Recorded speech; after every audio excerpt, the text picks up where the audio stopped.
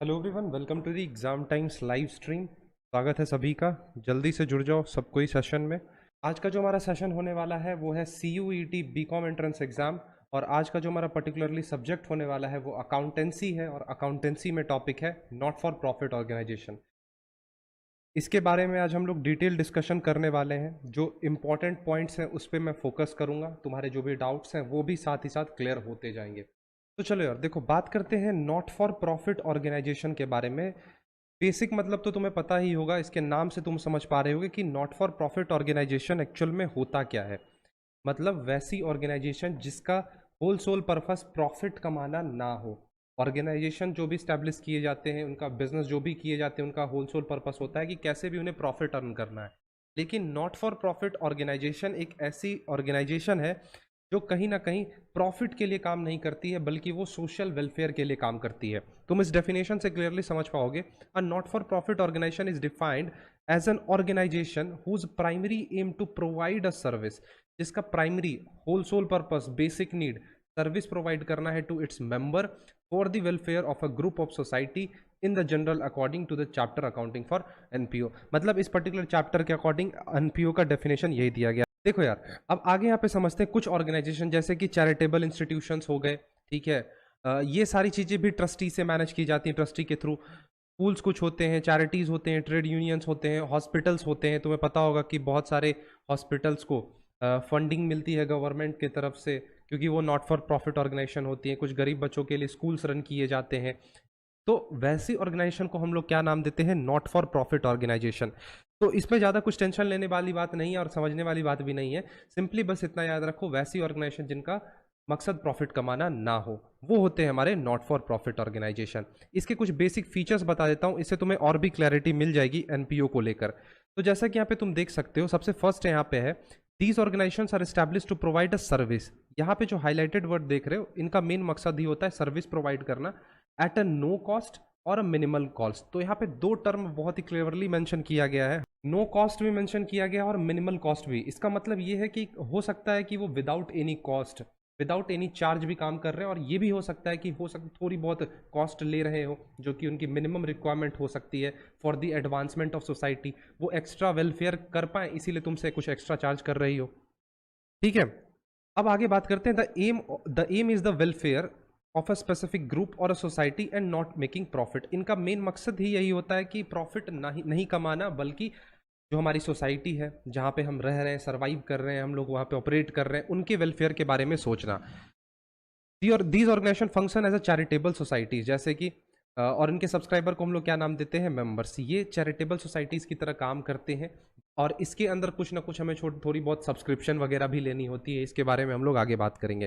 ठीक है, these organisations primary functions are managed by the trustees और an executive group of members elected by its own members. अब इसमें देखो होता क्या है, अलग अलग मेंबर्स होते हैं, बहुत सारे मेंबर्स होते हैं हर एक ऑर्गेनाइजेशन, हर एक एनपीओ के अंदर। अब उनमें से एक मेंबर जो होता है वो कहलाता है एग्जीक्यूटिव ग्रुप का लीडर, तुम बोल सकते हो, या फिर ट्रस्टीज बोल सकते हो। और वो जो इलेक्ट किए जाते हैं वो उन्हीं मेंबर्स में इलेक्ट किए जाते हैं। तो माइंड में क्वेश्चन आ रहा हो, क्या ये एनपीओ का मेंबर कोई भी बन सकता है? हाँ, कोई भी बन सकता है। अलग अलग एनपीओ के अलग अलग सब्सक्रिप्शन चार्जेस होते हैं, जो कि लेके तुम मेंबर वहां पे बन सकते हो। Clear? These organisation do not participate in any business activity and hence rely on income sources, जैसे कि सब्सक्रिप्शन हो गए, डोनेशंस हो गए, ग्रांट इन एड हो गए, इनकम फ्रॉम इन्वेस्टमेंट, लेगेसीज। ये सारे टर्म्स जो देख रहे हो, लेगेसीज होते हैं, बहुत सारे टर्म्स हैं इसमें नए नए। वो सारी चीज़ें मैं तुम्हें डिटेल में डिस्कस करूंगा आगे। तो ये जो ऑर्गेनाइजेशन है, ये टोटली किस चीज़ पे डिपेंड करते हैं? जैसे कि जिन मेंबर्स ने सब्सक्रिप्शन लिया, जो भी मेंबर्स एनपीओ से जुड़े, उनसे छोटी मोटी जो सब्सक्रिप्शन अमाउंट आती है उस पर टोटली डिपेंड होंगे। मान लो किसी ने डोनेशन दिया, डोनेट कर दिया, गवर्नमेंट की तरफ से ग्रांट इन एड मिल गई, उन्होंने कुछ इन्वेस्टमेंट कर रखा था, उससे इनकम आ गई। तो टोटली इन्हीं सारी इनकम पे, इन्हीं सारे सोर्सेज पे एनपीओ डिपेंड करती हैं। ये चैप्टर तुमने क्लास 12 में पढ़ रखा होगा, तो तुम्हें कवर करने में अभी आसानी होगी, इसीलिए मैंने इसे फर्स्ट में लिया। द फंड्स और any surplus generated by such organisation are credited to the general fund और कैपिटल फंड। अब जो भी फंड्स इसमें आती हैं, जो भी पैसे आते हैं, सरप्लस जो भी होती हैं, उन्हें एक अकाउंट में क्रेडिट किया जाता है। जनरल फंड जिसे कि नाम दिया जाता है, और कैपिटल अकाउंट दिया जाता है, कैपिटल फंड नाम दिया जाता है। अब देखो, एक चीज मैं बताना चाहूंगा, जिनका अकाउंट्स पूरी तरह से हिला हुआ है उनको मैं सजेस्ट करूंगा, सबसे पहले कुछ अकाउंटिंग के बेसिक कंसेप्ट होते हैं जो कि तुम्हारे CUET के सिलेबस में मेंशन नहीं है। Rules of debit, credit, book keeping, ये सारी चीज़ें क्लियर कर लेना। अगर तुम्हें इसमें डाउट है तो तुम मुझे बताना, मैं इस पर एक अलग से सेशन ले लूँगा लाइव में और सारी डाउट्स तुम्हारे क्लियर कर दूंगा बेसिक्स ऑफ अकाउंटिंग को लेकर। ठीक है, क्योंकि कुछ कुछ चीज़ें ऐसी होंगी जिसे जब मैं तुम्हें पढ़ाऊंगा तो उसके इस्तेमाल यहाँ पे की जाएंगे। यहाँ पे हम लोग बात कर रहे थे इसके कुछ कैरेक्टरिस्टिक्स की, तो ये सारी कुछ बेसिक कैरेक्टरिस्टिक्स हैं जिसके थ्रू एनपीओ ऑपरेट करती है।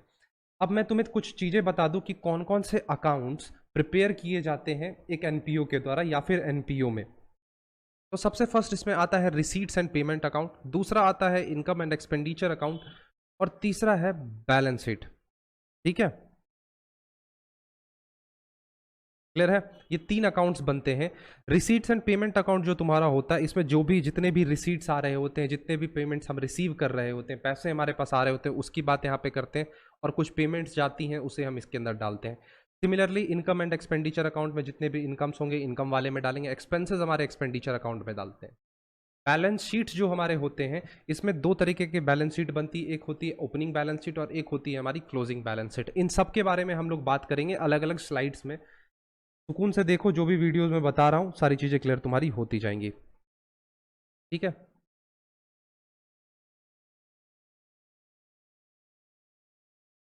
चलो सबसे पहले हम लोग बात करते हैं रिसीट्स एंड पेमेंट्स अकाउंट। अब देखो, एनपीओ एक ऐसा चैप्टर है जो कहीं ना कहीं बच्चों को कंफ्यूज करता है, और अगर मैं सीयूईटी के पर्सपेक्टिव से तुम्हें बताऊं तो यहाँ पे तुमसे कुछ जो पॉइंट्स होंगे, थ्योरेटिकल पॉइंट्स होंगे, प्रैक्टिकल चीजें, दोनों का समेशन पूछा जाएगा। अब यहाँ पे मैंने कुछ समरीज वगैरह डाल रखा है, इन सबसे डायरेक्ट क्वेश्चंस बन सकते हैं तुम्हारे इस पर्टिकुलर सीयूईटी एग्जाम में, तो ध्यान से सुनना और नोट करते चलना। इसकी पीडीएफ मैं तुम्हें प्रोवाइड कर दूंगा। टेलीग्राम चैनल का लिंक डिस्क्रिप्शन में जाके ज्वाइन कर लो जिन्होंने भी ज्वाइन नहीं किया, साथ ही साथ जो भी बच्चे पेड बैच में ज्वाइन है उनको मैं व्हाट्सएप ग्रुप में भी भेज दूंगा। बात करते हैं रिसीट्स एंड पेमेंट अकाउंट की। तो रिसीट्स एंड पेमेंट अकाउंट जो होती है, ये हमें एक समरी प्रोवाइड करती है जितने भी कैश एंड बैंक ट्रांजेक्शंस हो रहे होते हैं एक फाइनेंशियल ईयर में। अब फाइनेंशियल ईयर क्या होता है, कैलेंडर ईयर क्या होता है, आई होप तुम्हें ये चीजें पता होंगी। फाइनेंशियल ईयर अप्रैल टू मार्च, ठीक है, कैलेंडर ईयर जनवरी टू दिसंबर। एक फाइनेंशियल ईयर में जितने भी ट्रांजैक्शंस हो रहे हैं कैश और बैंक को लेकर, लेन देन हो रही है, उन सब का समरी कौन हमें प्रोवाइड करता है? Receipts and payment account provide करता है। It is an important to account for receipts and payment because they help in preparing income and expenditure account and balance sheet. अब ये अकाउंट एनपीओ के अंदर जो तुम्हारे इनकम एक्सपेंडिचर होते हैं, बैलेंस शीट होते हैं, इन 2 अकाउंट के लिए ये बेस की तरह काम करता है। तो ये अकाउंट बहुत ही इंपॉर्टेंट होता है। सबसे पहले इसके जो कुछ कुछ इंपॉर्टेंट पॉइंट है जहां से क्वेश्चंस बनने के चांसेस रहेंगे वो तुम्हें बता रहा हूं। ये समरी होता है कैश बुक का, याद रख लेना। ठीक है, समरी होता है कैश बुक का। रियल अकाउंट इन नेचर है, नेचर नॉमिनल, रियल, पर्सनल, तो ये चीजें पूछी जा सकती हैं। हर साल के एंड में प्रिपेयर किया जाएगा। जितने भी रिसीट्स होंगे, मतलब जितने भी तुम्हारे पास पैसे आएंगे, जिसे कि हम इनफ्लो नाम देते हैं, वो रिसीट सेक्शन में डेबिट साइड के अंदर जाएंगे, ये चीज याद रखना। और जितने भी पेमेंट किए जाएंगे जिसे कि हम आउटफ्लो कंसीडर करेंगे। आउटफ्लो क्यों कंसीडर करेंगे? हमारे पास से जो भी पैसे जा रहे हैं वो हमारे आउटफ्लो होंगे, तो उसे हम क्रेडिट साइड में डालेंगे। रिवेन्यूज एंड कैपिटल नेचर के ट्रांजैक्शन इसमें रिकॉर्ड होते हैं। साथ ही साथ जितने भी रिसीट्स एंड पेमेंट होंगे वो रिकॉर्ड किए जाएंगे regardless to the financial period, मतलब उस पर्टिकुलर पीरियड में जितना भी हो रहा हो। नॉन कैश आइटम जैसे कि डेप्रिसिएशन हो गए, आउटस्टैंडिंग खर्चे हो गए, अक्रूड इनकम हो गए, इन सारी चीज़ों को हम रिकॉर्ड नहीं करते हैं, ये चीज़ ध्यान रख लेना।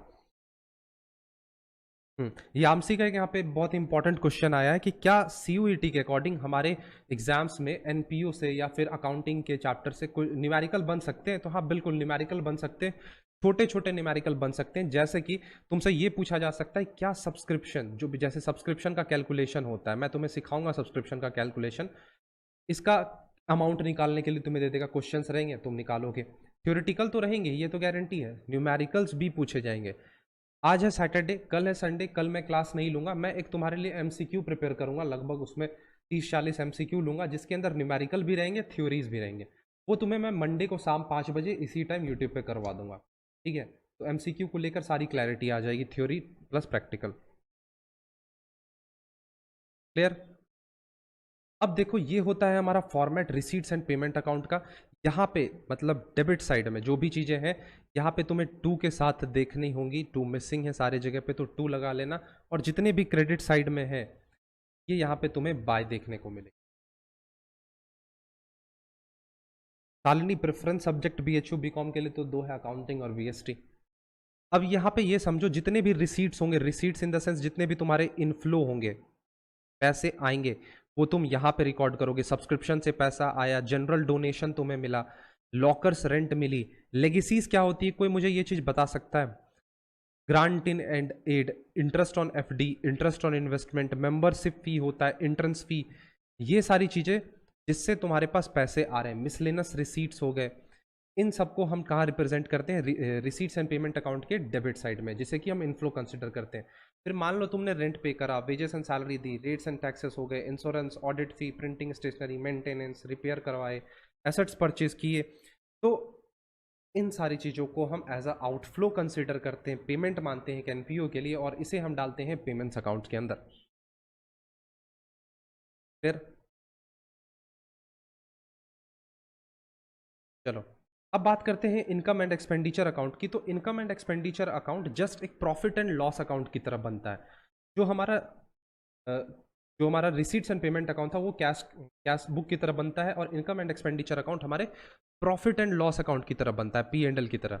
And income and expenditure account for a NPO is like a profit and loss account of any business organisation. जितने भी बिजनेस ऑर्गेनाइजेशन होते हैं उनके प्रॉफिट एंड लॉस अकाउंट की तरह होता है, according to the chapter accounting for NPO. यहाँ पे देखो निखिल निखिल का आंसर आ चुका है। लेगेसी की हमने जैसे कि बात की थी, तो लेगेसी का मतलब होता है donation of assets of a deceased person as per his will. हाँ बिल्कुल, जो चला गया उसके विल के अनुसार, ठीक है, जो उसके एसेट्स होते हैं उनको रख लिया जाता है, ले लिया जाता है, उसी को हम नाम देते हैं लेगेसीज। ऐसे ही कुछ और भी टर्म है, जैसे कि एक टर्म है ऑनरेरियम। अगर किसी को ये चीज़ पता हो तो जरूर बताना, नहीं पता है तो टेंशन मत लेना, लास्ट में कुछ जनरल टर्म्स का मैंने एक स्लाइड बनाया, उसमें इन सब चीज़ों को मैं डिस्कस करूंगा। बिल्कुल Shalini. Legacies are left and transferred in the name of the NPOs by the people who are either a member of NPO or not। हाँ, जो चले गए विल के अनुसार, उनके विल के अनुसार, ये चीज, ये वर्ड मेंशन करना इंपॉर्टेंट है, उनके विल के अकॉर्डिंग सारी चीजें हो रही होंगी। क्लियर? अब देखो बात कर रहे थे यहाँ पे इनकम एंड एक्सपेंडिचर अकाउंट की, तो इसमें कुछ इंपॉर्टेंट पॉइंट्स जहां से क्वेश्चन बन सकते हैं उसको मैंने यहाँ पे मेंशन करा है। सबसे फर्स्ट है the account record all the revenue items for the current period at the bottom. ठीक है सर। इट रिकॉर्ड्स डेफिसिट्स और surplus surplus in the balance column. जितने भी सरप्लस होंगे उसे हम ऐड करेंगे कहाँ पे? कैपिटल फंड में। ये इंपॉर्टेंट लाइन है। और जितने भी डेफिसिट होंगे इसको हम लोग कर देंगे डिडक्ट। अच्छा, अब ये बताओ, इनकम एक्सपेंडिचर अकाउंट, यहां से क्वेश्चन तुम्हारा बन सकता है, किस बेसिस पे तैयार किया जाता है? इस प्रिपेयर्ड ऑन अक्रूवल बेसिस। ये चीज ध्यान रख लेना। दो बेसिस होती है, एक होती है कैश बेसिस और एक अक्रूवल बेसिस, तो उन्हीं में से एक है income and expenditure account, accrual basis पे तैयार की जाती है। इसके अंदर दो कॉलम्स होते हैं, एक होता है एक्सपेंडिचर का कॉलम, जिसके अंदर जितने भी लॉसेस हुए, तुम्हारे नुकसान, जितने भी तुम्हारे खर्चे हुए, उन सबको डालोगे। और दूसरा जो हमारा होता है इनकम कॉलम, उसमें हमारे जितने भी प्रकार के गेन हो रहे हैं, हमें फायदे हो रहे हैं, उन सबको हम यहाँ पे डाल रहे होते हैं। This account takes into account non cash item like depreciation. ये चीज तुम देखोगे कि रिसीट्स एंड पेमेंट अकाउंट में ये चीज नहीं थी, लेकिन इनकम एंड एक्सपेंडिचर में हमें ये चीज देखने को मिल रहा है। यहाँ पे मैंने मेंशन किया अक्रूवल बेसिस पे डाला जाता है। ये रहा फॉर्मेट, देख सकते हो यहाँ पे तुम। फॉर्मेट वैसे तुम्हारे एग्जाम पॉइंट ऑफ व्यू से इंपॉर्टेंट नहीं है, बस याद रख लेना। पहले देखो जो भी बेसिक चीजें हैं, income expenditure, receipts, balance sheet, इन सबको क्लियर कर दे रहा हूँ। फिर धीरे धीरे मैं आज के ही सेशन में तुम्हारा एनपीओ पूरा कवर करवा दूंगा। मंडे को, मतलब जो हमारा नेक्स्ट संडे को क्लास कोई नहीं लूंगा, मंडे को जो क्लास लूंगा उसमें एमसीक्यूज, सारे एमसीक्यूज करवाऊंगा। Balance sheet, balance sheet determine the financial position. अब तुम्हें ये चीज पता होगा, किसी भी बिजनेस एंटरप्राइज की जब बात होती है और अगर हमें उसके फाइनेंशियल पोजीशन के बारे में जानना है, फाइनेंशियल पोजीशन क्या होता है, मतलब उनकी क्या पोजीशन चल रही, कितनी प्रॉफिट हो रही है, प्रॉफिट तो नहीं बोलूंगा, मतलब उनकी क्या वैल्यू चल रही है फिलहाल में, वो चीज हमें कहां से पता चलती है? Balance sheet. तो सेम चीज एनपीओ पे भी अप्लाई होता है। अब balance sheet for NPO includes assets, liabilities and capital और जनरल फंड। ये प्रिपेयर कब होता है? जब हम अच्छे तरीके से इनकम एंड एक्सपेंडिचर तैयार कर लेते हैं, तब उसके बाद हमारा जाके बैलेंस शीट तैयार होता है। ये रहा बैलेंस शीट, देख सकते हो। वैसे बैलेंस शीट के बारे में तो तुम्हें पता होगी ही, इसमें कोई डाउट नहीं होगा मुझे जहाँ तक लगता है। अच्छा, अब तुम्हें कुछ चीज़ें मैं बताऊंगा, ध्यान से सुनना और मेरा आंसर देते चलना। ठीक है, यहाँ पे तुम देखोगे, यहाँ पे आउटफ्लो, 1 मिनट जस्ट वेट करना।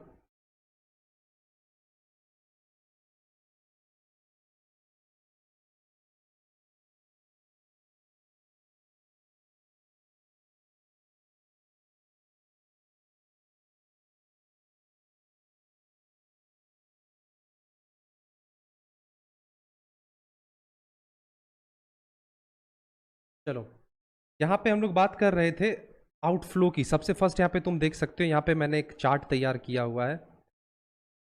यहाँ पे तुम देखोगे आउटफ्लो, आंसर देते चलना। आउटफ्लो अगर होता है तो कहीं ना कहीं हमें बेनिफिट होती है। कैसे बेनिफिट होती है, ध्यान से सुनना। तुम्हारे पास है 15,000 रुपये, ठीक है।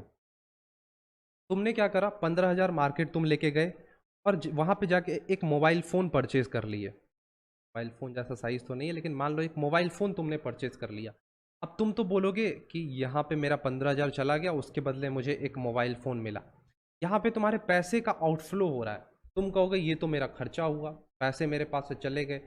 भले ही फ़ोन आए वो अलग बात है, लेकिन गया तो पैसा ही ना मेरा। तो तुम सोच के देखो, फ़ोन भी तो तुम्हें मिल रहा है, ये चीज़ तुम्हें मानना पड़ेगा कि तुमने कुछ पे की, उसके बदले तुम्हें प्रोडक्ट या सर्विसेज मिली। तो यहाँ पे तुम्हारे पास से पैसे जा रहे हैं, उसके बदले तुम्हें मोबाइल फ़ोन मिल रहा है, तो ये तुम्हारे लिए क्या होगा, बेनिफिट होगा। तो जब भी पैसे का आउटफ्लो होता है, हमें कुछ ना कुछ बेनिफिट होता है, ये मान कर चलो तुम। फॉर एग्जाम्पल, तुमने एक कार परचेज की या फिर तुमने एक स्कूटी परचेज की, ठीक है। 90,000 तुमने इन्वेस्ट करा, पैसे गए तुम्हारे पास, उसके बदले तुम्हें एक स्कूटी आई, तो तुम्हें बेनिफिट तो हुई ना, अल्टीमेटली बेनिफिट हुई। अब बेनिफिट होते हैं दो टाइप्स के, ध्यान से सुनना। एक होता है शॉर्ट टर्म बेनिफिट और एक होता है लॉन्ग टर्म बेनिफिट। इसमें चीज़ों को तुम्हें समझनी होगी। शॉर्ट टर्म बेनिफिट को हम खर्चा मानते हैं और लॉन्ग टर्म बेनिफिट को एसेट्स मानते हैं। कैसे, क्या मतलब कहना क्या चाह रहे हो आप, ये चीज़ जरा ध्यान से सुनना। मैंने तुम्हें बोला कि तुमने परचेज किया एक मोबाइल फ़ोन, ठीक है। अब ऐसा तो होगा नहीं कि आज तुमने मोबाइल फ़ोन परचेज किया और कल तुमने इसे यूज़ करना बंद कर दिया, ये 2 दिन बाद तुम्हारे लिए बेकार हो गया, 1 महीने बाद बेकार हो गया। जाहिर सी बात है, तुम्हें एक आध साल तो ये बेनिफिट देगा, 1-2 साल तो बेनिफिट देगा, तो ये लॉन्ग टर्म पीरियड ही हम मान के चलेंगे। ये हो गया। अब यहाँ पे तुम्हें बेनिफिट मिल रहा है, अब इसमें तुम्हें कोई और खर्च करने की जरूरत नहीं है। लेकिन शॉर्ट टर्म के कुछ खर्चे इसमें होते हैं जो कि टाइम टू टाइम हमें करना होता है। फॉर एग्जाम्पल, जैसे हम बोल सकते हैं मोबाइल रिचार्ज, रेकरिंग नेचर के खर्चे तुम बोल सकते हो। तुम रिचार्ज करोगे, तुम्हारे लिए वो खर्चे हैं, 400-500 का रिचार्ज आता है, तुम वो रिचार्ज मारोगे, खर्चे हैं, ठीक है। शॉर्ट टर्म वाले जो भी बेनिफिट्स होते हैं हमारे, उसे हम एक्सपेंस मानते हैं, और जो भी शॉर्ट टर्म के होते हैं उन्हें हम डालते हैं इनकम एंड एक्सपेंडिचर अकाउंट में। कहाँ डालेंगे, इनकम एंड एक्सपेंडिचर अकाउंट में। वैसे ही लॉन्ग टर्म की बात करें, तुम्हें मोबाइल फोन मिला, मोबाइल फोन तुम्हारे लिए एक असेट है, ठीक है। मोबाइल फोन क्या है, तुम्हारे लिए एक एसेट्स है। तो तुम एसेट्स को कहाँ डालोगे, बैलेंस शीट में डालोगे, डालोगे ना। तो ये चीज़ तुम्हें क्लियर हुई या नहीं हुई, जल्दी से मुझे बता दो। एक और एग्जांपल से अगर तुम्हें समझाऊं, स्कूटी वाला एग्जांपल, स्कूटी लिया, स्कूटी तुम्हारे लिए असेट हुई, असेट तुम्हारे लिए बैलेंस शीट में जाएगी, लंबे अरसों तक तुम्हें बेनिफिट मिलने वाली है ना। पेट्रोल डलवाओगे, ठीक है, पेट्रोल डलवाओगे, एक टाइम बाद खत्म हो जाएगी, दोबारा से तुम पेट्रोल उसमें डलवाओगे। तो ये रिकरिंग नेचर के खर्चे हैं, ये तुम्हें कुछ टाइम तक ही बेनिफिट देते हैं, तो इसे हम एज अ एक्सपेंस मानते हैं और इसे हम इनकम एंड एक्सपेंडिचर अकाउंट में डालते हैं।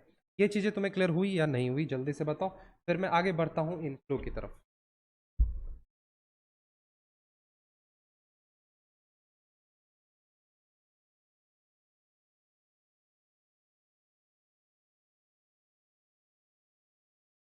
चलो,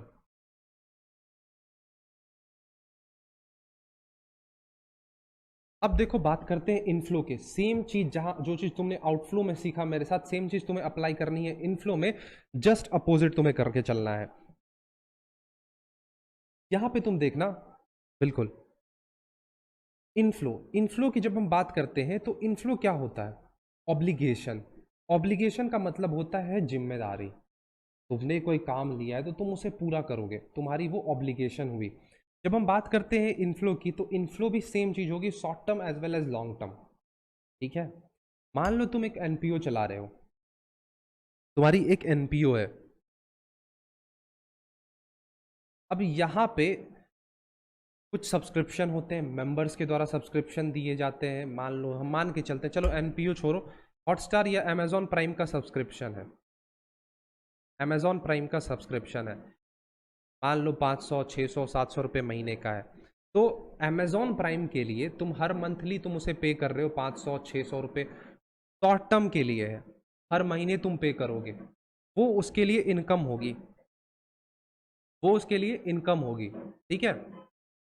लेकिन अगर मान लो तुमने उसे 10 साल के लिए या फिर 5 साल के लिए टोटल अमाउंट पे कर दी, एक बार में तुमने पे कर दी, तो वो चीज उसके लिए एक लाइबिलिटी की तरह हो जाएगी। तुम्हें अगर कोई नॉइस सुनाई दे रहा है तो थोड़ा सा बेयर कर लेना, ठीक है। वो उसके लिए एक लाइबिलिटी की तरह ट्रीट की जाएगी और उसे वो डालेगा बैलेंस शीट में, बैलेंस शीट में। चलो अगर नहीं समझ आ रहा है तो मैं तुम्हें दोबारा दूसरा एग्जांपल देता हूं, ध्यान से सुनना। मान लो, इरेज कर देता हूं इसे, मैंने तुमसे फी लिए 3000, ठीक है। दो सिनेरियो क्रिएट करते हैं, एक मैंने तुमसे 300 फी लिया, और या फिर हर महीने तुमसे मैं 500 फी ले रहा हूं 6 महीने तक, ठीक है। 6 मंथ तक मैंने तुम्हें हर महीने 500 500 500 ले रहा हूं। अब ये जो है, अगर तुम एक महीने पे करोगे तो मैं पढ़ाऊंगा, दूसरे महीने पे करोगे तो मैं नहीं पढ़ाऊंगा, तो ये मेरे लिए शॉर्ट टर्म है, हर महीने मुझे मिल रहा है, इनकम मेरे लिए माना जाएगा। तुमने मेरे लिए पे कर दिया 3000, 3000 नहीं, मतलब सॉरी 3000 तुमने मुझे पे कर दिया, ठीक है। अब मेरे लिए लॉन्ग टर्म के लिए हो गया कि मैं तुम्हें पढ़ाऊंगा 6 महीने तक कंटिन्यूस, ठीक है, लॉन्ग टर्म के लिए। तो मेरे लिए ये एक लाइबिलिटी की तरह हुआ। क्यों लाइबिलिटी की तरह हुई? अगर मैंने कोर्स कंप्लीट नहीं करवाया तो वो तो मेरे लिए एक बर्डन ही हुआ ना, मेरा मुझे कोर्स अब तुम्हें कवर करवाना है, तो वो मेरे लिए लाइबिलिटी हो गई। 6 महीने बोल लो, 1 साल बोल लो, तुम मुझे हर महीने महीने पे कर रहे हो, नहीं पे करोगे मैं नहीं पढ़ाऊंगा, मेरे पे बर्डन नहीं होगा। लेकिन अब मेरे लिए लॉन्ग टर्म के लिए तुमने पे कर दिया, अब मुझे तो पढ़ाना ही है ना। तुम्हें यहाँ पे फॉर्म के पर्सपेक्टिव से सोचना है, ठीक है, खुद के पर्सपेक्टिव से मत सोचो, फॉर्म के पर्सपेक्टिव से सोचो। तो लाइबिलिटी होगी तो बैलेंस शीट में डालेंगे, और शॉर्ट टर्म वाले जो भी इनकम हो रहे होंगे उसे हम डालेंगे कहां पे? इनकम एंड एक्सपेंडिचर अकाउंट में, ठीक है। क्लियर है यहां तक? जल्दी से बता दो एक बार, क्लियर है तो ठीक है, नहीं तो कहोगे तो दोबारा दूसरे एग्जाम्पल से मैं तुम्हें समझाऊंगा।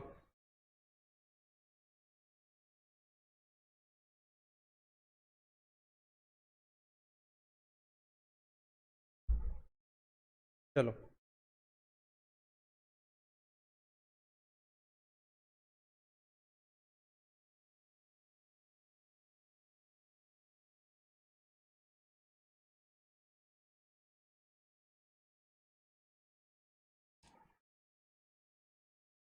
यामसी का कहना है sir, basically revenue expenditure will be recorded in income and expenditure account and capital expenditure will go in balance sheet. बिल्कुल यामसी सही है ये। अब देखो, कुछ जनरल आइटम्स के बारे में बात करते हैं। कुछ टर्म्स यहाँ पे तुम्हें देखने को मिल रहे होंगे। हो सकता है बहुत सारे बच्चों के सारे के मीनिंग पता होंगे, और हो सकता है कुछ के मीनिंग तुम्हें पता होंगे और कुछ के नहीं होंगे। तो सबसे पहले मैं तुम्हें कुछ कुछ चीज़ें पूछते जाऊंगा, तुम बताते जाना। बेसिक चीज़ें, सबसे पहले सब्सक्रिप्शन पता होगा। सब्सक्रिप्शन होता क्या है? जब एक ऑर्गेनाइजेशन, नॉट फॉर ऑर्गेनाइजेशन की मैं बात कर रहा हूँ, नॉट फॉर प्रॉफिट ऑर्गेनाइजेशन की, जब वो अपने मेंबर से पैसे लेती है, एक कुछ नॉमिनल अमाउंट लेती है, ठीक है, उस ऑर्गेनाइजेशन के मेंबर बनने के लिए, तो उसे हम नाम क्या देते हैं? सब्सक्रिप्शन। या फिर तुम अगर अमेजॉन प्राइम का सब्सक्रिप्शन लेते हो उस ऐप का मेंबर बनने के लिए, उसके कंटेंट को एक्सेस करने के लिए, हॉटस्टार के सब्सक्रिप्शन लेते हो, यूट्यूब का सब्सक्रिप्शन लेते हो, ठीक है, तो उसे क्या हम नाम देंगे? सब्सक्रिप्शन। तुम्हारे लिए जो भी फी कलेक्ट की मैंने तुमसे, वो तुम्हें एक ऑर्गेनाइजेशन की मेंबर बनाने के लिए की, तो वो क्या होगा? सब्सक्रिप्शन होगा, ठीक है। अगर बात करें डोनेशन की, तो डोनेशन देखो ध्यान से सुनना, दो टाइप्स के होते हैं, आगे भी बताऊंगा, अभी भी बता रहा हूं। डोनेशन होते हैं दो टाइप्स के, एक होता है स्पेसिफिक डोनेशन, एक होता है जनरल डोनेशन। स्पेसिफिक डोनेशन की अगर मैं बात करूं, तो स्पेसिफिक डोनेशन वैसे डोनेशन होते हैं जो कि किसी स्पेसिफिक काम के लिए दिए जाते हैं, किसी पर्टिकुलर काम के लिए दिए जाते हैं।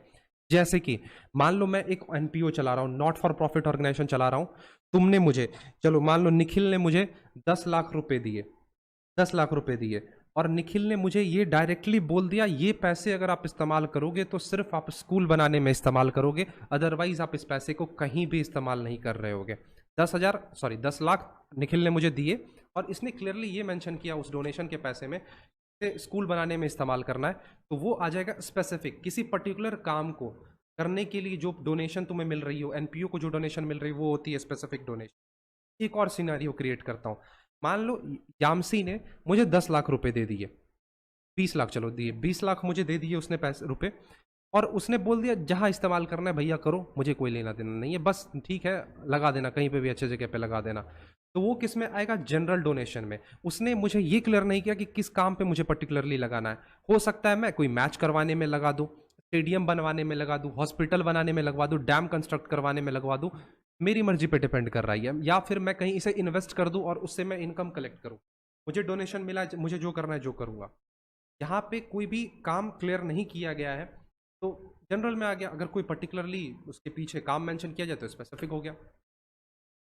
चलो अब बात करते हैं लेगेसीज की। लेगेसीज होता क्या है बेसिकली, ये समझो, जब कोई व्यक्ति ऑर्गेनाइजेशन को छोड़ के चला जाता है, डिसीज कह लो, चला गया छोड़ के, ऊपर चला गया, जो भी कहना है कह लो, तो उसके जो कुछ लेफ्ट ओवर्स रह जाते हैं, मान लो उसकी कोई प्रॉपर्टी रह, कुछ एसेट्स रह गए, तो अगर वो छोड़कर जाता है उसे, तो वो एक एनपीओ रख लेती है, एक ऑर्गेनाइजेशन रख लेती है, और उसी को हम नाम देते हैं लेगेसीज। और उस लेगेसीज को हम कहाँ ऐड करते हैं? अपने कैपिटल फंड में। क्योंकि हमारे लिए हमारे फंड में वो चीज़ अब आ गई है, किसी व्यक्ति की अब वो चीज़ नहीं रही। ठीक है, भले ही उस बंदे की थी जो चला गया ऑर्गेनाइजेशन, अब वो मेरे पास आ गई, अपने विल के अकॉर्डिंग, अपने इच्छा अनुसार उसने वो चीज़ छोड़ी है। Life membership fee. अब देखो, कुछ लोग होते हैं सब्सक्रिप्शन वाइज मंथली देते हैं, कुछ लोग होते हैं लमसम अमाउंट इकट्ठे पे करते हैं फॉर दी होल ईयर या फॉर दी लाइफ टाइम। मान लो तुमने ले लिया 10 साल का सब्सक्रिप्शन, या फिर पूरे लाइफ टाइम का सब्सक्रिप्शन ले लिया किसी भी पर्टिकुलर ऐप का। मैं बार बार ऐप इसलिए दे रहा हूँ क्योंकि तुम लोग अभी के टाइम पे अमेजॉन प्राइम, नेटफ्लिक्स, इन सबसे फेमिलियर हो, तो इसीलिए मैं ये एग्जांपल बार बार ले रहा हूँ। तुमने लाइफ टाइम के लिए सब्सक्रिप्शन ले लिया किसी भी ओटीटी प्लेटफॉर्म का, तो अब वो क्या चीज में, किस चीज में आएगा? Life membership fee. ठीक है, लमसम अमाउंट तुमने पे किया, तो उस अमाउंट को कहाँ डाला जाएगा? कैपिटल फंड में डाला जाएगा। ये जो छोटी छोटी चीजें, कौन सा अमाउंट कहाँ ऐड होगा, याद रख लेना, क्योंकि हो सकता है तुम्हारे एग्जाम्स में क्वेश्चंस न्यूमेरिकल बेस्ड बने इस चीज पे। चलो अब बात करते हैं एंट्रेंस फी की। तो एंट्रेंस फी के बारे में अगर बात करें, तो एंट्रेंस फी होता क्या है? बल्कि एंट्रेंस फी ध्यान से सुनना, किसी ऑर्गेनाइजेशन में एंटर करने के लिए, सब्सक्रिप्शन और एंट्रेंस फी में कंफ्यूज मत करना। It is the fees paid by the prospective member and it is added directly to the capital fund. Entrance fee होगा किसी काम को करवाने के लिए कोई फी। मान लो एक एनपीओ ने मैच कंडक्ट करवाया, ठीक है, अब मैच को जो भी देखने जाएंगे, मैच को जो भी देखने जाएंगे उनसे कुछ ना कुछ फी ली जाएगी उसमें एंटर करने के लिए। टिकट, टिकट के बारे में समझ सकते हो। लेगेसीज स्पेसिफिक तो नहीं हो सकते हैं, लेगेसीज अपने, तुम कैसे ये बोल सकते हो, लेफ्ट जो चला गया उसकी जो भी प्रॉपर्टीज होगी, ठीक है, उसके बारे में बात की जा रही है। हाँ, अगर फाइनेंशियली देखो और वो जाए, पहले बोल के जाए, डिसीज्ड टर्म यहाँ पे इस्तेमाल किया गया ना, तो इस चीज से तुम समझो कि लेगेसीज स्पेसिफिक नहीं हो सकती है। हेलो कुणाल, हाँ भाई पहचान रहा हूं तुम्हें। चलो बात करते हैं sale of an old asset. Old asset को जब अगर कोई एनपीओ बेचती है, उससे जो भी पैसे आते हैं उसे हम काउंट करते हैं एज अ इनफ्लो, और उसे हम कहाँ मेंशन करते हैं? कहाँ मेंशन करेंगे? रिसीट सेक्शन में, in the receipts payment account. ठीक, साथ ही साथ एक और इंपॉर्टेंट चीज, अगर मान लो मेरे पास एसेट था 5 लाख का, ठीक है, और वो एसेट बिका 4 लाख का, तो मुझे यहाँ पे जो नुकसान हो रही है, मैं उस नुकसान को ट्रीट करूंगा एज अ लॉस, और उस लॉस को कहाँ पे डालूंगा? प्रॉफिट एंड लॉस अकाउंट में। ये चीज ध्यान में डाल लेना। सेल ऑफ पीरियोडिकल्स क्या होता है? देखो, कुछ छोटी छोटी चीजें होती हैं, ठीक है, this item is represented in the income and expenditure account as income due to its recurring nature. कुछ छोटी छोटी चीजें अगर हमें हम बेचते हैं, पीरियोडिकल्स, छोटी चीजें की बातें यहाँ पे हो रही है, तो उसे हम कहाँ डालते हैं? इनकम एंड एक्सपेंडिचर अकाउंट में डालते हैं। अब मुझे मुझे कोई बताओ व्हाट इज ऑनरेरियम? ऑनोरेरियम, या स्पेलिंग मैं प्रोनाउंशिएट कर रहा हूँ, HONORARIUM, ये होता क्या है? जल्दी से बताओ। हाँ, अगर ये पर्टिकुलरली मेंशन किया जाए सर्टेन पर्पस के लिए है, तो मान सकते हैं कि लेगेसीज जो है वो स्पेसिफिक है, लेकिन जनरली मैक्सिमम केस में ये देखा गया कि लेगेसी स्पेसिफिक और जनरल नहीं होते। जल्दी से बताओ व्हाट इज ऑनोरेरियम, देख के मत बता देना, आसान भाषा में मुझे बताओ।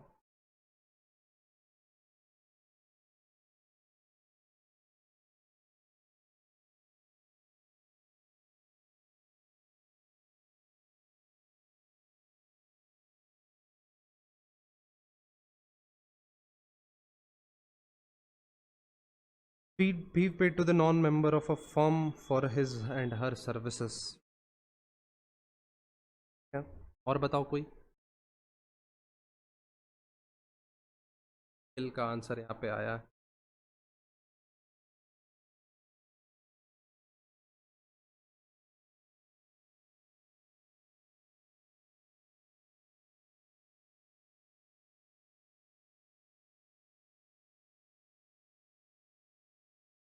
नहीं बताओगे तो चलो बताओ। देखो होता क्या है, कभी कभी समझना, ध्यान से सुन। मान लो, कभी कभी मानना क्या है, मान ही लो चलो। कुछ ऑर्गेनाइजेशंस जो होती है, चलो ये आंसर का आंसर आया है, amount paid to the outsider for their services. देखो ये सर्विस जो टर्म लग रहा है मुझे यहाँ पे सूटेबल नहीं लग रहा है। देखो सर्विस के लिए उन्हें पेमेंट करना, ये वर्ड सूटेबल नहीं होगा उनके। कुछ गेस्ट्स होते हैं, कुछ स्पीकर्स होते हैं, कुछ लेक्चरर्स होते हैं। मान लो हमने कोई एक इवेंट ऑर्गेनाइज करी। हम मैं एक एनपीओ हूँ, मैं नॉट फॉर प्रॉफिट ऑर्गेनाइजेशन हूँ, और मैंने एक इवेंट ऑर्गेनाइज की जहाँ पे आके मान लो संदीप माहेश्वरी या फिर सलमान खान, सलमान खान ने आके वहाँ पे मोटिवेट किया, किसी भी पूरे जो भी मेंबर्स थे वहाँ पे, उनको वहाँ पे आके उन्होंने अच्छी अच्छी बातें बताई, ठीक है, as a speaker, as a guest, as a lecturer. तो लास्ट में उन्हें मैं एक थैंक यू नोट की तरह, थैंक यू की तरह कुछ उन्हें अप्रिशिएट करता हूँ, कुछ गिफ्ट्स दे के, कुछ बुके दे के, बुके तो नहीं बोलूँगा, बुके बहुत छोटी चीज़ हो जाएगी, कुछ बड़ी बड़ी चीज़ें देकर, कुछ पैसे देकर। तुम उनको ये नहीं बोल सकते उन्होंने सर्विस दी उसके लिए हम उन्हें पेमेंट कर रहे हैं, बल्कि हम उन्हें थैंक यू करने के लिए, ठीक है, कि आप आए हमारे इवेंट में, आपने मोटिवेट करा हम लोगों को, कुछ कुछ अच्छी अच्छी बातें बताई, उनको थैंक यू के लिए, एक गुड अप्रिसिएशन के लिए उन्हें हमने पैसे पे करते हैं। तो वो होता है ऑनोरेरियम, मतलब ओनर, बात समझ रहे हो, ओनर, HONOR, ओनर। पूछ लो नोवा। So this amount, this method of payment is usually made to a guest speaker or lecturer as a thank you and a gesture of goodwill and appreciation। जैसे कि अगर मैं BHU की बात करूं तो यहाँ पे जब स्पंदन वगैरह होता है तो बड़े बड़े सेलिब्रिटी वगैरह आते हैं, ठीक है, सिंगर्स आते हैं, तो उनको एज अ थैंक यू कुछ जेस्चर दिया जाता है, कुछ अप्रिशिएट करने के लिए उन्हें कुछ चीज़ें दी जाती हैं, कुछ फंड्स दी जाती हैं, तो उसे हम एज अ सर्विस के लिए हम नहीं ट्रीट करेंगे ना। लेकिन ये एनपीओ में, BHU एनपीओ में नहीं काउंट होगा। अगर सलमान खान किसी एनपीओ में जा रहा है तो वो बिना किसी पैसे के जाएगा, वो बोलेगा मैं अपनी मर्जी से आया हूं तुम्हें यहाँ पे मोटिवेट करने के लिए, कुछ लेक्चर देने के लिए, कुछ चीजें बताने के लिए। तो ये चीज तुम्हें क्लियर हुई या नहीं हुई?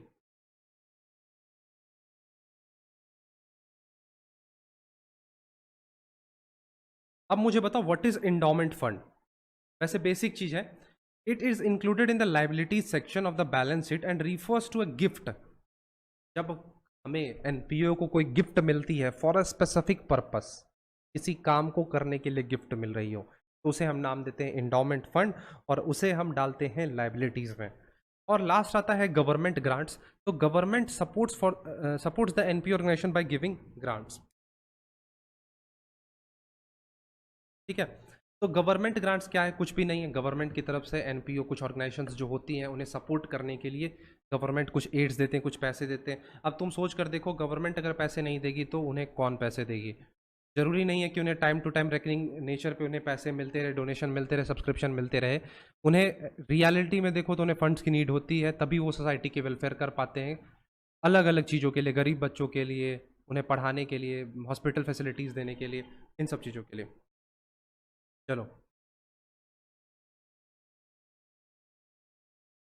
अब बात करते हैं फंड बेस्ड अकाउंटिंग की। तो फंड बेस्ड अकाउंटिंग होता क्या है? In fund based accounting separate funds are maintained for a specific activity. अलग अलग फंड्स मेंटेन किए जाते हैं अलग अलग काम के लिए, स्पेसिफिक काम के लिए। Organisation such as sports fund, prize fund, building fund, इन सारी चीजों की। मान लो एक एनपीओ एक मैच ऑर्गेनाइज करवा रही है, तो उसके पास एक फंड बना हुआ होगा, मैच फंड।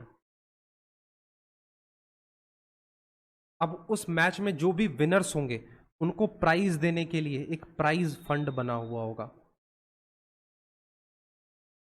तो स्पेसिफिक काम के लिए जब एक एनपीओ फंड्स मेंटेन करती है उसे हम नाम देते हैं fund based accounting. All items related to the specific funds are recorded fund wise, and the consolidation of these statements or accounts are presented in the financial result. In order to retain the fund for a specific use, उस fund को हम invest कर देते हैं एक separate account में, और उसे हम नाम देते हैं सिंकिंग फंड इन्वेस्टमेंट अकाउंट. अब ध्यान से सुनना क्या चीज़ है ये. हमारे पास पैसे आते हैं. अब ऐसा तो जरूरी है नहीं कि हम उस फंड को हम कहीं ना कहीं या तो सेफ ही बचा ले, या कहीं इन्वेस्ट कर दे, या कहीं खर्च कर दे. ऐसा हो सकता है ना. तो उस फंड को बचाने के लिए, उस फंड को रिटेन करने के लिए अपने ऑर्गेनाइजेशन में हम एक अकाउंट प्रिपेयर करते हैं जो कि होता है सिंकिंग फंड इन्वेस्टमेंट अकाउंट. उसमें हमारे फंड्स जो होते हैं वो सेफ रहते हैं फॉर दैट स्पेसिफिक पर्पस, जिससे हम फ्यूचर में प्राइज फंड दे सके, बिल्डिंग फंड के लिए वो चीज़ इस्तेमाल हो सके, स्पोर्ट्स फंड के लिए इस्तेमाल किए जा सके. ये चीज़ होता है. ठीक है. यामसी कहाँ पे सर, क्या हमारे लिए, क्या हमारे राजशेखर क्या पूछ रहे हो, क्या हमारे लिए लॉस है, एक बार मेंशन करना उसे. Difference between endowment fund and specific donation. देखो ध्यान से सुनना, यहां पे बात हो रही है गिफ्ट्स की. गिफ्ट्स के अंदर मेंशन किया जा सकता है. मान लो कोई चीज उसमें निकली, वो चीज निकली और उसमें वो चीज मेंशन रहा, हो जाएगा. और जो तुम्हारा स्पेसिफिक डोनेशन रहता है वो तो डोनेशन की तरह तुम उसे ट्रीट करते हो.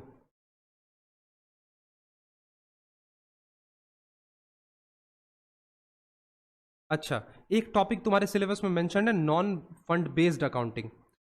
ध्यान से सुनना, फंड बेस्ड अकाउंटिंग को हम लोग कैश बेसिस पे प्रिपेयर करते हैं, कैश बेसिस पे लेते हैं. और जो हमारा नॉन बेस्ड अकाउंटिंग होता है, नॉन फंड बेस्ड अकाउंटिंग, उसे हम अक्रूवल बेसिस पे लेते हैं. तो इस डिफरेंस चार्ट को एक बार तुम लोग कर लेना, एग्जाम्स में क्वेश्चन पूछे जा सकते हैं. ठीक है. इसका स्क्रीनशॉट लो, जल्दी से इसका स्क्रीनशॉट लो.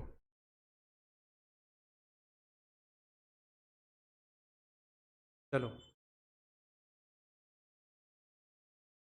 फंड बेस्ड अकाउंटिंग की जब हम बात कर रहे थे तो उसमें हमने देखा डोनेशन के बारे में. डोनेशन में आते हैं जनरल डोनेशन और एक होते हैं स्पेसिफिक डोनेशन. जनरल डोनेशन को हम लोग इनकम ट्रीट करेंगे, स्पेसिफिक डोनेशन को हम लायबिलिटी ट्रीट करेंगे. क्यों? जनरल डोनेशन को इनकम हम लोग इसलिए ट्रीट करते हैं क्योंकि हमारा पैसा हमें मिला, तुमने दिया ना, बात खत्म. अब मैं उसे कहीं भी इन्वेस्ट करूं, कहीं भी लगाऊं. स्पेसिफिक में तुमने काम मेंशन कर दिया, अब मैं उसे कहीं ना कहीं तो मतलब जो तुमने काम बोला उसी में लगाऊंगा, तो उसे मैं बैलेंस शीट में डालूंगा एज अ लाइबिलिटी, और जनरल को मैं इनकम एंड एक्सपेंडिचर में डालूंगा एज अ इनकम. कुछ टाइप के फंड होते हैं, ये तुम्हारे लिए होमवर्क होगा.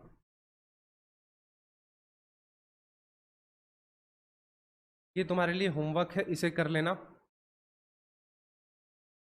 देख लो इसे, बेसिक है. एक एक लाइन पढ़ते जाओगे, सारी चीजें क्लियर होती जाएंगी. अगर डाउट रह जाए तो पूछ लेना मेरे से, कुछ ज्यादा इसमें है नहीं. अगर करवाऊंगा टाइम खींचेगा फालतू का, लाइव सेशन तुम्हारा लंबा होता जाएगा.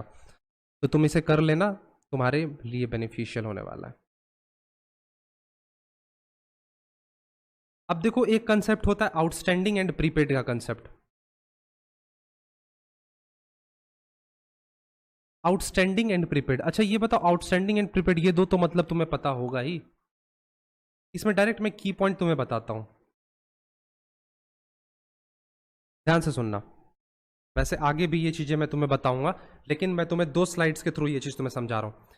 अगर एट द एंड, ईयर के एंड में अगर तुम्हारी कोई आउटस्टैंडिंग रह जाती है, पैसे ड्यू रह जाते हैं, वो जाहिर सी बात है करंट ईयर से बिलोंग करेंगे, तो उसे हम क्या करेंगे, ऐड करेंगे टोटल अमाउंट में. बिगिनिंग में हो और प्रीवियस ईयर से बिलोंग करे तो उसे हम सब्सट्रैक्ट करेंगे. ये आउटस्टैंडिंग है. सेम चीज एडवांस में समझो, ये की पॉइंट्स है. की पॉइंट्स तुम्हारे सीयूईटी में तुम्हें मदद करेंगे.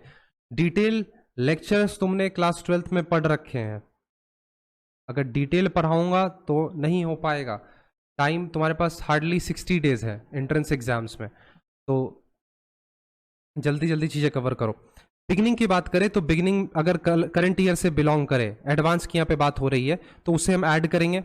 अगर एट द एंड की बात करें तो प्रीवियस ईयर में हो और तो उसे हम सब्सट्रैक्ट कर देंगे. ठीक है. हाँ बिल्कुल, आउटस्टैंडिंग जो कि अभी पे नहीं हुआ हो, टू बी पेड होगा, तो उसी में ये जो शॉर्टकट्स तुम्हें देखने को मिल रहे हैं, छोटे छोटे की पॉइंट्स हो रहे हैं, इन सबको नोट कर लेना, तो तुम्हें कहीं ना कहीं आसानी होगी इन सब चीज़ों को कवर करने में. अब बात कर लेते हैं सब्सक्रिप्शन की. देखना ज़रा,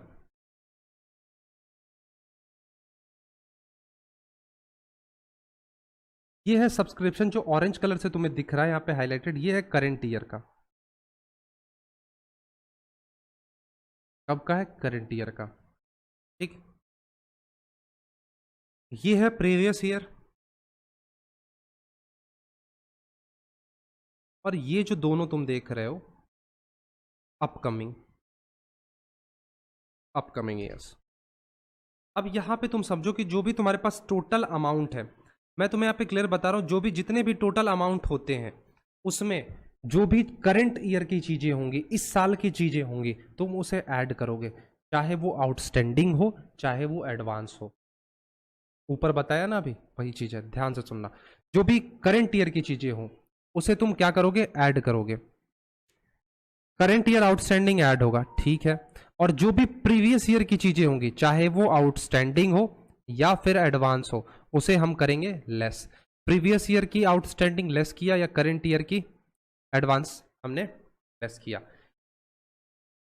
अब तुम यहां पे एक चीज सुनना, करंट ईयर आउटस्टैंडिंग यहां पे हम ऐड कर देंगे, और यहां पे देख रहे हैं previous year advances, previous year की एडवांस, तो तुम्हारे लिए करंट ईयर की चीज ही बनेगी ना। और ये जो करंट ईयर एडवांस है ये तुम्हारे अपकमिंग ईयर के लिए हो जाएगी, तो इसे हम माइनस करेंगे। दोबारा से समझा रहा हूं, ध्यान से सुन लेना।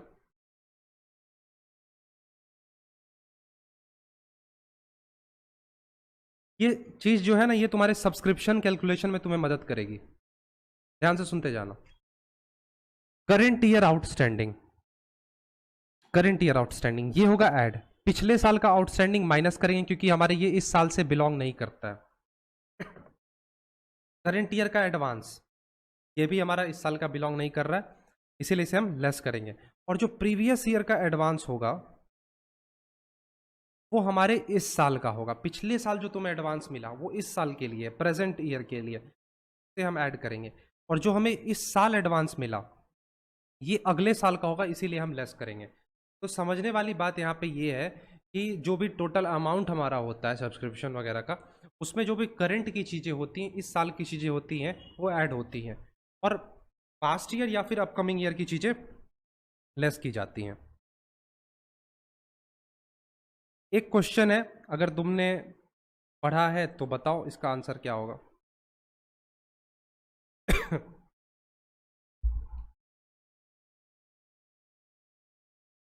बताओ, मैं ही सॉल्व करवा देता हूँ।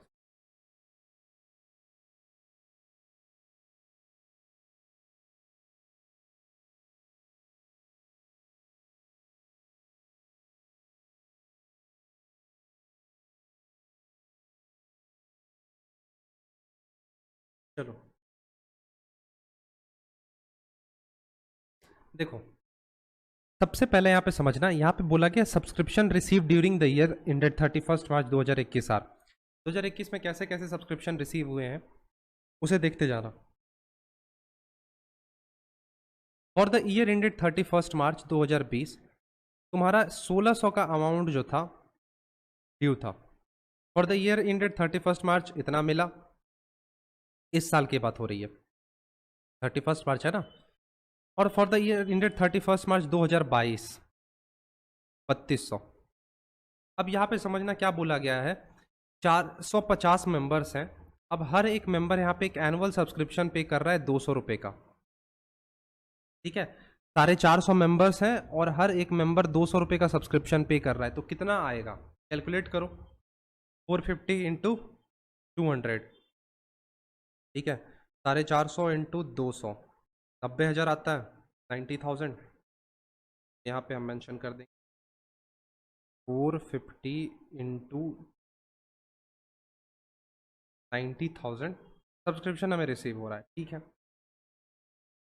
अब ध्यान से सुनना, तुम यहाँ पे आगे क्या बोला जा रहा है, ₹800 were in arrear for the year ended 31 March 2020। बोला जा रहा है 31 मार्च 2020 में हमारा 1800 रुपये ड्यू रहा, आउटस्टैंडिंग रहा, ठीक है, 1800 ड्यू रहा, जिसमें से कि हमें 1600 मिल गया। यहाँ पे देख पाओगे तुम, for the year ended 31 March 2020 हमें 1600 रिसीव्ड हो गया। तो समझना, जब 1800 ड्यू था और हमें 1600 मिल गया, तो रिमेनिंग अरियर कितने रहे, 200 रहे रिमेनिंग अरियर। तो 2020 31 मार्च 2020 के लिए हमारे कितने रह गए, 200 रह गए। आगे क्या बात की जा रही है, calculate the amount of subscription. Subscription का अमाउंट कैलकुलेट करने के लिए यहाँ पे बोला जा रहा है। अब एक चीज सोचना, 90,000 हमें मिलना चाहिए था, 90,000 हमें सब्सक्रिप्शन मिलना चाहिए था सारे मेंबर से, लेकिन हमें कितना मिला, 84,400 मिला। कितने का डिफरेंस आया, 5,600 का डिफरेंस आया, आया ना। तो अब हमें सब्सक्रिप्शन कैसे कैलकुलेट करना है, यहाँ पे सॉल्यूशन दिखना, मैं तुम्हें दिखा रहा हूँ। सब्सक्रिप्शन हमें रिसीव हुआ 89,200, 89,200 मिनट हो गया है।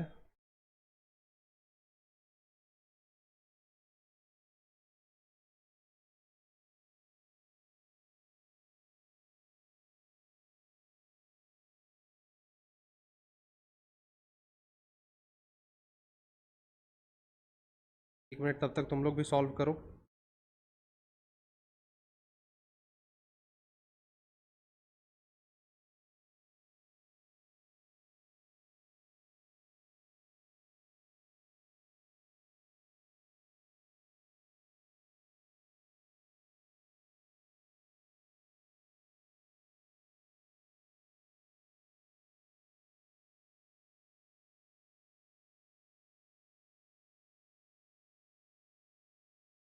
हाँ ये रहा 89,200 यहाँ पे टोटल अमाउंट है।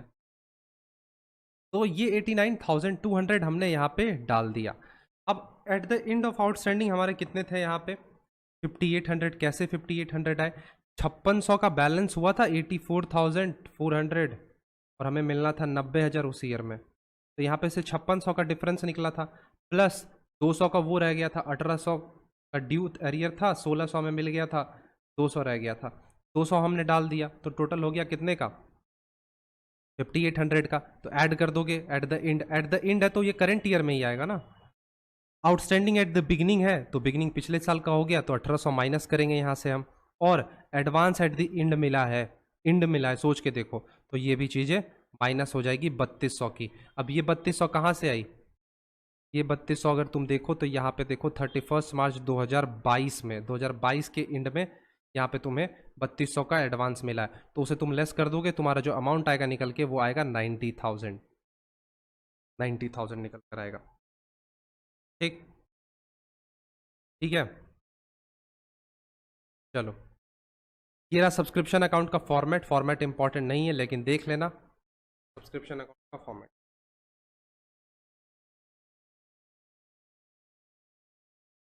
चलो, अब एक और इंपॉर्टेंट टॉपिक है, मटेरियल कंज्यूम्ड। हो सकता है छोटा एमसीक्यू इस पे तुमसे पूछ लिया जाए। कुछ नहीं करना है, इसका एक बेसिक फॉर्मूला होता है, देखा जाता है इसमें कि हमने कितना मटेरियल कंज्यूम करा एक पर्टिकुलर पीरियड में।